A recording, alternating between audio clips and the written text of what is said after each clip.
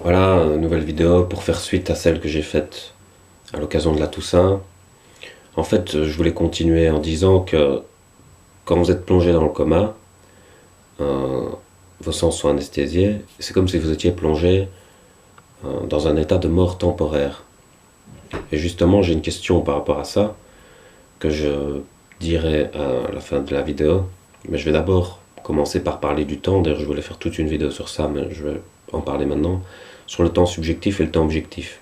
En fait, le temps subjectif, c'est la perception de l'individu qui est accroché à la réalité ou qui s'en décroche. Ça, c'est le temps subjectif. C'est d'ailleurs pour ça que notre rapport au temps est modifié. Par exemple, la célèbre phrase d'Einstein qui dit mettez une minute votre main sur une poêle chauffante, vous aurez l'impression que ça a duré une heure. Restez une heure à côté d'une jolie fille, vous aurez l'impression que ça a duré une minute. Enfin voilà, ça c'est la perception qui accroche la réalité ou pas. Et ça se fait par les sens justement. Et puis il y a le temps objectif, ça c'est la phrase d'Andy Kenney qui dit le soleil se lève avec ou sans vous. C'est-à-dire que si votre perception est là ou qu'elle n'est pas là, le monde continue à tourner. D'ailleurs, quand vous dormez, euh, les gens qui sont en boîte de nuit, bah, ils font la fête. Et c'est pas parce que vous dormez qu'ils font pas la fête qu'il existe rien, quoi. Et donc, l'univers aussi, il a une histoire qui a existé avant l'être humain, même dans la théorie de l'évolution. Donc, c'est pas être créationniste de dire ça.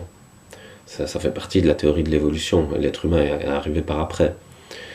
Et justement, par rapport à ça, je voulais dire que Copernic a inventé l'héliocentrisme et puis Galilée l'a prouvé. Et ça lui a valu d'avoir l'Église aux fesses, parce que l'Église était géocentriste, c'est-à-dire qu'elle pensait que la Terre était au centre de l'univers, et donc qu'il y avait une forme d'ego derrière ça, c'est-à-dire qu'il y avait un manque d'humilité, hein, c'était l'espèce élue, le peuple élu et tout ça, quoi. Donc c'était avoir Dieu pour soi, entre guillemets, et donc c'est pour ça qu'ils ont été aux fesses de Galilée, qui lui disait le soleil est au centre, donc c'est plus la Terre, donc on n'est plus le peuple élu et tout ça. Et c'est bizarre parce que justement à notre époque, la science moderne est en train de sombrer dans l'anthropocentrisme. Et on est en 2017 et c'est bizarrement, c'était la même façon de penser que les croyants du 17e, quoi, donc de l'époque de Galilée. Et c'est ça que je trouve bizarre, quoi. Il y a toujours, pour moi, il y a le temps subjectif et le temps objectif et ils coexistent, c'est-à-dire il n'y en a pas un qui est plus là que l'autre. Évidemment, quand quelqu'un exagère dans un sens, ben, il faut toujours aller dans l'autre sens pour dire, mais non, il y a ce côté-là qui existe aussi. C'est-à-dire que moi, si je vais parler avec quelqu'un qui parle que du temps objectif, comme s'il n'y avait pas d'individu, qu'il n'y avait pas d'énergie dans l'individu, ben, je vais lui expliquer qu'il y a de l'énergie dans l'individu. Si je parle à quelqu'un qui me parle du temps subjectif, ben, je vais lui expliquer non, pareil que je vais te faire maintenant avec le macrocosme. Et justement, en ayant évoqué tout ça, ça arrive à me poser une question. Est-ce que le temps a un rapport avec la réalité? C'est-à-dire avec l'accroche qu'on a dans la réalité? Parce que personnellement, en analysant philosophiquement, j'ai l'impression que le temps a tendance à disparaître dans la mort, c'est-à-dire dans le monde de la pensée.